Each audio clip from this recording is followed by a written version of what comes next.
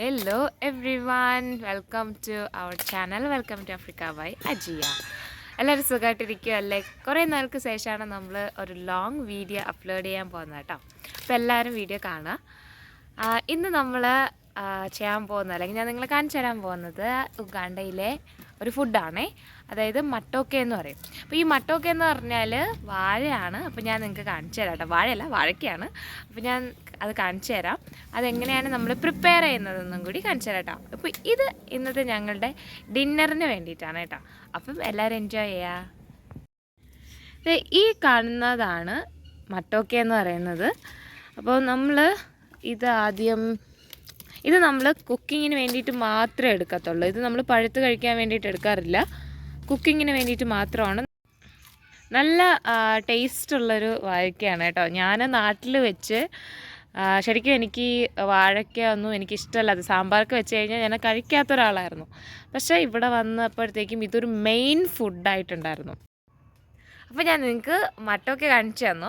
അപ്പോൾ അതിൻ്റെ വാഴയും കൂടി ഞാൻ കാണിച്ചു തരാട്ടെ. ഈ പിറകെ കാണുന്നതെല്ലാം നമ്മുടെ മട്ടോക്കയാണ് കേട്ടോ. നമ്മുടെ വീട്ടിലുള്ള മട്ടോക്കയാണ്. നമ്മൾ എവിടെ അതങ്ങ് അപ്പുറം കേട്ടോ. ഈ കാണുന്നതെല്ലാം മട്ടോക്കയാണ്. സാധാരണ ഉഗാണ്ടയിൽ എല്ലാ വീടുകളിലും ഒരു മട്ടോക്കയെങ്കിലും ഉണ്ടാവും കേട്ടോ. അതുപോലെ തന്നെ ഇവിടുത്തെ ആൾക്കാർക്ക് ഈ മട്ടോക്ക ഭയങ്കര ഇഷ്ടമാണ്. മറ്റൊന്നെന്ന് പറഞ്ഞാൽ ഇതിന് ഡിഫറെൻറ്റ് രീതിയിൽ അവർ കുക്ക് ചെയ്യാറുണ്ട്. നമ്മൾ സ്മാഷ് ചെയ്യാറുണ്ട്, പിന്നെ നമ്മൾ സോസ് ഉണ്ടാക്കാറുണ്ട്, പിന്നെ അതുപോലെ തന്നെ നമ്മളിപ്പോൾ ഉണ്ടാക്കുന്നത് പോലെ നമ്മൾ ഇന്ന് ഉണ്ടാക്കുന്നത് സ്മാഷിങ് ആണ് കേട്ടോ. അപ്പോൾ ഇതുപോലെ ഡിഫറെൻ്റ് ആയിട്ടുള്ള അവരിത് ഉണ്ടാക്കാറുണ്ട് കേട്ടോ.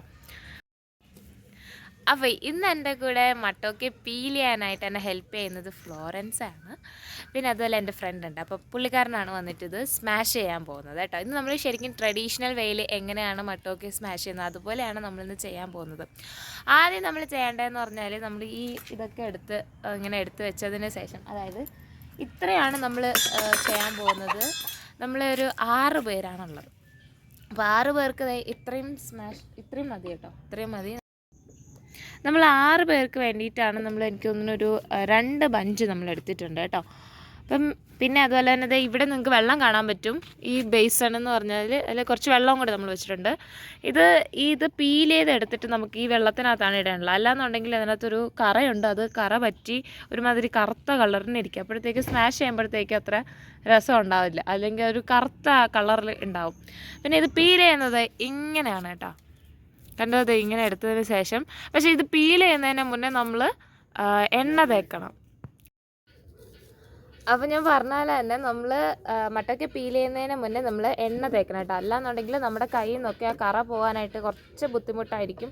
അത് നല്ല കറുത്ത കളറിലൊക്കെ ഇരിക്കും കേട്ടോ. അതുപോലെ തന്നെ നമ്മൾ പീൽ ചെയ്യുന്ന ഇവിടെ കോഴിയുണ്ട് കേട്ടോ. അതാണ് ഭയങ്കര ശബ്ദമാണ്, അത് ശ്രദ്ധിക്കണം. പിന്നെ നമ്മളിത് ഇതുപോലെ ഇങ്ങനെ കത്തിയിലും കൂടി തേക്കണം കേട്ടോ. എന്നിട്ട് ഇങ്ങനെ എടുത്തിട്ട് നമ്മളിത് ഇങ്ങനെ തിരിച്ചും ചെയ്യാം കേട്ടോ. പക്ഷേ അതെ ഇങ്ങനെയാണ്. അതിങ്ങനെ പീൽ ചെയ്യുമ്പോൾ തന്നെ അതിങ്ങനെ ഇളക്കി വരാറുണ്ട് കേട്ടോ. കണ്ടോ, ഇങ്ങനെയാണ് നമ്മൾ പീൽ ചെയ്യേണ്ടത്. ഇതിനകത്തൊരു വെള്ള ഒരു എന്താ പറയുക, ഒരു ലെയർ പോലെ ഉണ്ട് കേട്ടോ. ആ പീലിങ് ആക്ച്വലി നമ്മളെടുത്ത് കളയണം. അതാണ് ഇരുന്നിട്ട് ഇങ്ങനെ നമ്മൾ കറുത്ത കളർ കാണുന്നത്. എന്നിട്ട് നമ്മൾ പച്ചവെള്ളത്തിലിടും. അപ്പോഴത്തേക്കും ആ കളർ ഉണ്ടാവില്ല. അങ്ങനെ ഈ പീലിംഗ് പരിപാടി എന്ന് പറഞ്ഞാൽ കുറച്ച് കഷ്ടപ്പാടാണ്. കുറച്ചെന്നല്ല, നല്ല കഷ്ടപ്പാടാണ്. കുറച്ച് പേഷ്യൻസ് ഒക്കെ ഉണ്ടെങ്കിൽ മാത്രമേ നമുക്കിത് ഇങ്ങനെ ഇരുന്നത്. ഇപ്പോൾ ഒത്തിരി പേർക്ക്, ഇപ്പോൾ 6 പേർക്ക് വേണ്ടിയിട്ടാണ് നമ്മൾ 2 ബഞ്ച് എടുത്തത്. പക്ഷെ അപ്പോഴത്തേക്കും കുറേ ആൾക്കാർക്ക് വേണ്ടിയിട്ട് നമ്മൾ എത്ര ബഞ്ച് എടുക്കണമെന്ന് നിങ്ങളൊന്ന് ആലോചിച്ച് നോക്കണേ, അല്ലേ? അതെ. അപ്പം നമ്മളിതായിരുന്നു ഇങ്ങനെ പീലൊക്കെ ചെയ്യട്ടെ. നമ്മളിത് മട്ടോക്കെ എല്ലാം എടുത്തിട്ടുണ്ടായിരുന്നു കേട്ടോ. നമ്മൾ പിന്നെ ഇത് ഒരു ബഞ്ചും കൂടി ആഡ് ചെയ്തിട്ടുണ്ടായിരുന്നു. അപ്പോൾ നമ്മുടെ മട്ടോക്കെ എല്ലാം പീൽ ചെയ്ത് റെഡിയാക്കി ഇവിടെ വെച്ചിട്ടുണ്ട്. അപ്പോൾ നമ്മുടെ കൈ ഉണ്ടായിരുന്നു, ഇതാണ് ഞാൻ പറഞ്ഞ ആ കറ.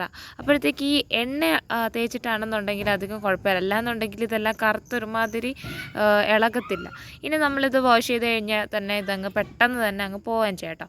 അപ്പോൾ ഇനി നമ്മളുടെ പരിപാടി എന്ന് പറഞ്ഞാൽ ഇത് ഈ വെച്ചേക്കുന്ന മട്ടോക്കെ ഇതെല്ലാം കൂടെ വാഷ് ചെയ്ത് നമുക്ക് ബനാന ഫൈബറൊക്കെ വെച്ചതിന് ശേഷം അത് ബോയിൽ ചെയ്തെടുക്കുക എന്നുള്ളതാണ് കേട്ടോ.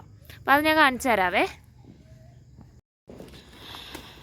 ബനാനയുടെ ലീഫ് എടുത്തതിന് ശേഷം അതിൻ്റെ നടുവിലുള്ള ഇത് എടുത്ത് കളയണം കേട്ടോ. അപ്പോഴേ നമുക്കിങ്ങനെ ഒട്ടിച്ച് കറക്റ്റായിട്ട് വെക്കാൻ പറ്റത്തുള്ളൂ. അപ്പം ഫ്ലോറൻസ് ആണ് അത് ചെയ്യുന്നത്. ഇങ്ങനെ എടുത്തിട്ട് അപ്പം നമുക്ക് ഈസി ആയിട്ട് ഇതിനകത്ത് വളച്ച് നമ്മുടെ സോസ് പാനകത്ത് വെക്കാൻ പറ്റും. അപ്പം അതാണ് ഇങ്ങനെ ചെയ്യുന്നത് കേട്ടോ. ശരിക്കും നല്ല ടേസ്റ്റാണ് ഈ ഒരു വാഴ ഇലയ്ക്കകത്തിരുന്ന് വെന്ത് നല്ല നമ്മൾ കഴിക്കുമ്പോഴത്തേക്ക് ആ ഒരു ടേസ്റ്റൊക്കെ നമുക്ക് കിട്ടും കേട്ടോ. ശരിക്കും നല്ല ടേസ്റ്റുള്ളൊരു ഫുഡാണ് ഇങ്ങനെ നമ്മൾ റാപ്പിംഗ് ഒക്കെ ചെയ്തിട്ട് ചെയ്യുവാണെങ്കിൽ. അല്ലാതെ നമുക്ക് ചെയ്യാൻ പറ്റും, പക്ഷെ ആ ഒരു അത്രയും ഒരു ഒറിജിനൽ ട്രഡീഷണൽ ആ ഒരു ടേസ്റ്റ് വരണമെന്നില്ല കേട്ടോ ഇതിന്. ശേഷം നമ്മൾ ആദ്യം വാഷ് ചെയ്ത്, ഇത് ഓൾറെഡി ക്ലീനാണ്, പിന്നെ നമ്മൾ ഒന്നും കൂടി വാഷ് ചെയ്യുന്നു എന്നുള്ളതേ ഉള്ളൂ. അതായത് വെള്ളത്തിലിടുമ്പോഴത്തേക്കും അതിൻ്റെ ആ കറ ഒന്നും പിടിക്കത്തില്ല. പിന്നെ നമ്മൾ ഒന്നും കൂടി വാഷ് ചെയ്തെടുക്കുന്നതേ ഉള്ളൂ കേട്ടോ.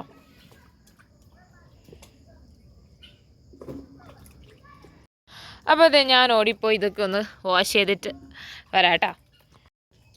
ഞാൻ വാഴയിലയൊക്കെ വാഷ് വന്നിട്ടുണ്ട് കേട്ടോ. നമ്മൾ 3 വാഴയിലയാണ് എടുത്തിട്ടുള്ളത്.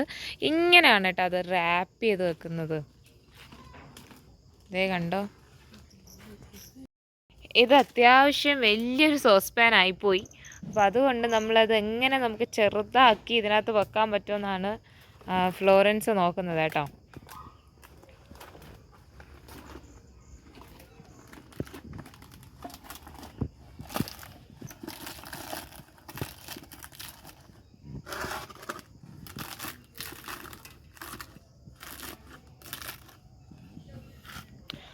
നമ്മൾ 3 വാഴയിലയാണ് എടുത്തിട്ടുള്ളത്. അപ്പോൾ ഇത് രണ്ടാമത്തേതാണ് കേട്ടോ.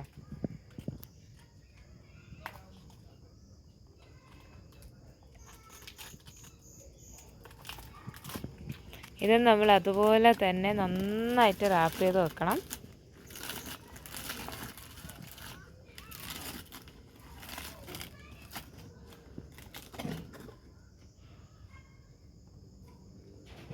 ചില ആൾക്കാരാണെങ്കിൽ ഞാൻ കണ്ടിട്ടുള്ളതെന്ന് പറഞ്ഞാൽ ആദ്യം നമ്മുടെ ഈ തടയില്ലേ, വാഴയുടെ കൈൻ്റെ തടയുണ്ടല്ലോ, അത് ആദ്യം വെക്കും. അതിന് ശേഷമാണ് ഇതുപോലെ ഇങ്ങനെ ഒരു വാഴയിൽ വെച്ചതിന് ശേഷം പിന്നെ മട്ടൊക്കെ വെച്ചതിന് ശേഷം പിന്നെയാണ് കേട്ടോ റാപ്പ് ചെയ്യുന്നത്. അതൊരു സ്റ്റൈലാണ്.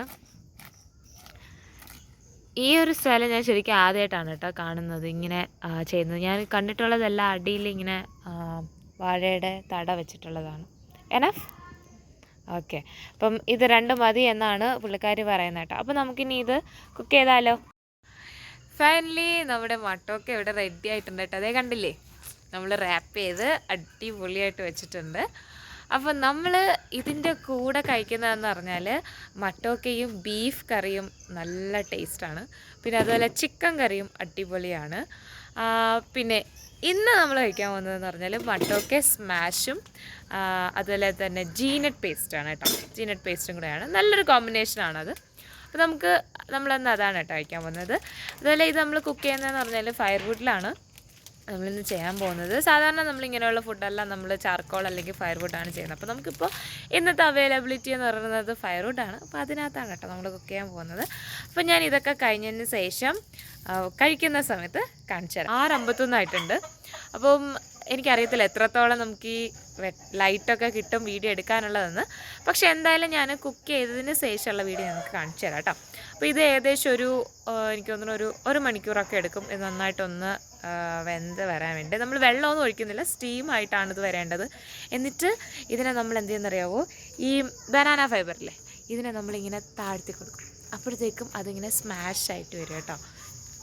അപ്പോൾ താങ്ക് യു ഫോർ വാച്ചിങ്. അപ്പോൾ അവസാനം എന്താകും എന്നുള്ളത് ഞാൻ കാണിച്ചു തരാം കേട്ടോ. Bye bye. അപ്പോൾ ഇത് ഞങ്ങളുടെ മട്ടൊക്കെ റെഡി ആയിട്ടുണ്ട്. പിന്നെ അതുപോലെ തന്നെ ഇതിൻ്റെ സോസായിട്ട് നമ്മൾ ജീനട്ട് പേസ്റ്റാണ് കേട്ടോ എടുത്തിട്ടുള്ളത്. അപ്പോൾ ഇതാണ് ഇന്നത്തെ ഡിന്നർ. അപ്പം thank you so much for watching. See you next time. Bye by.